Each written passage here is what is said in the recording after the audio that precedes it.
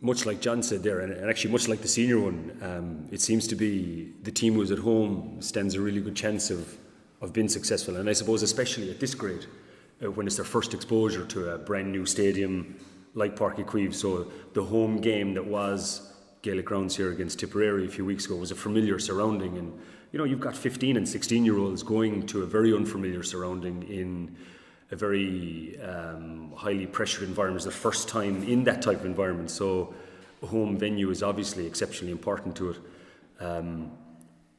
That said, you'd be going on quite hopeful that if you do your job successfully that you stand a chance of winning the game.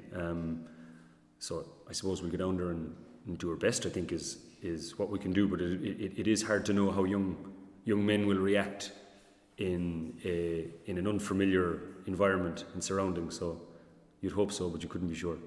I'm sure Cork would have said the same going into the Tip game for them also, because momentum would have been with them after their first win as well against Clare. But yeah, the lads' confidence has been really high. It's born out of, really from us, from what we see, is a very honest, hard-working side. And again, that was borne fruit against Tipperary. It was real, honest, hard-working. You're 5 points down after letting in 2 quick goals.